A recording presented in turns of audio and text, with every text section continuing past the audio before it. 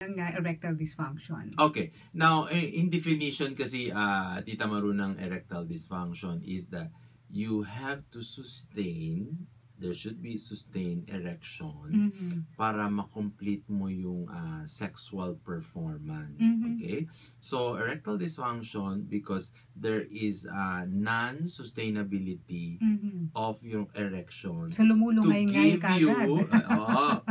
to give you a good sexual performance. So, ang mga keyword yan, sustainability, tapos yung erection, tapos good sexual performance. So, maliban sa paggagamot natin before na patayuin, kailangan maganda pa rin ang yung execution. Ngayon maririnig mo. Ibig sabihin, hindi lang gagawa, parang gumawa ka ng building, tinayo mo yung poste, paglabas ng buong building, babaksak rin eventually. So, it's not like that. So, if to complete, para makompleto siya, kailangan buong buo. No? So, yun ang tinitreat natin ngayon sa erectile dysfunction. We find the cause, we treat the cause, and we give the appropriate management. So, ano mga causes? I-discuss mo natin. Okay. Ano ba mga causes niyan? One is you have to think na, is it psychological? Meron kasi psychosomatic or psychological. Ano ibig sabihin psychological? Hindi naman sinabi kathang isip o ginagawa mo lang. Diba?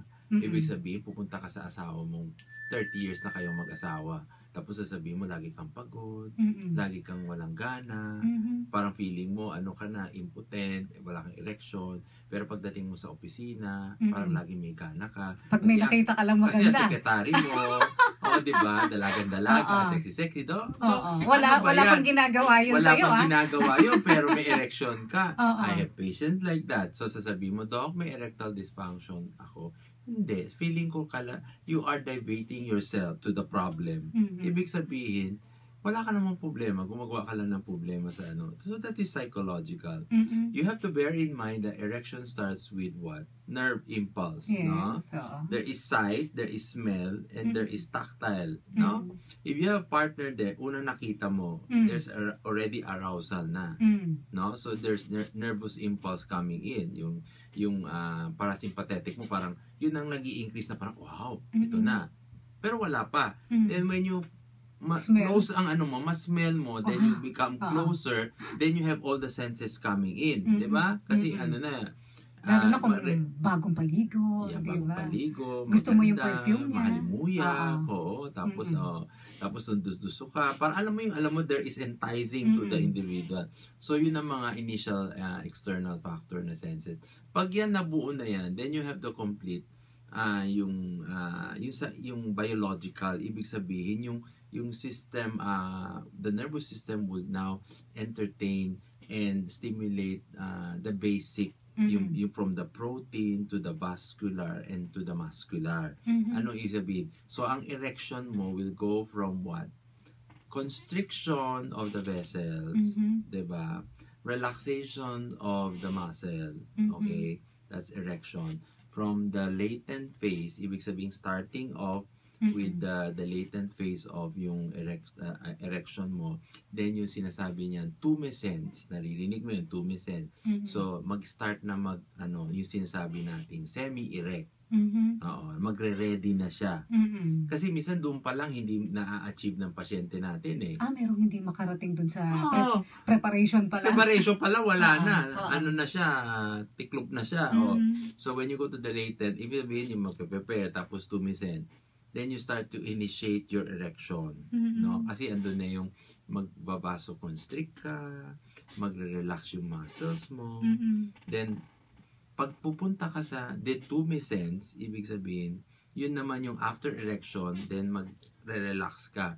So, you have your vasodilatation and your contraction of your muscle. So, baliktad naman na So, everything has to have what? Protein, yung arginine mo.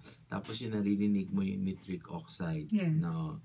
Tapos, it has to go on a cycle na kailangan para mag-mobilize yung erection mo. So, para sa ating mga listeners, baka malito siya sa mga pinagsasabi nating medical. Ang erection lang, importante, one, this is vascular. Sige, ibig sabihin may ugat. Nasa ugat, oo. Sa ugat yan, ay muscular. Tapos yung mga muscles natin, di ba? Yung smooth muscles dun sa penile shaft. No, walang kinalaman dito ang buto. Kahit na meron kaming sakit na sinasabi penile fracture. Alam mo yun? Penile fracture? Nababaluktot. Nababaluktot. Oo, walang kinalaman sa buto yan. Nagkaroon ng, that's a medical term. So yung ano natin kasi is like, everything has to do with the blood vessel.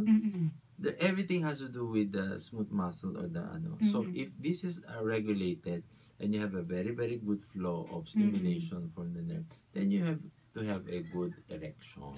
Pero bakit, Dok, kahit na, yun nga, kasi nabanggit mo kanina yung psychological. So kahit na healthy, maganda ang sirkulasyon, pero hindi umaabot doon sa erection. Bakit? Ang napaka-powerful ba ng mind para pigilin yung erection mo? Pwedeng ganon if your mind is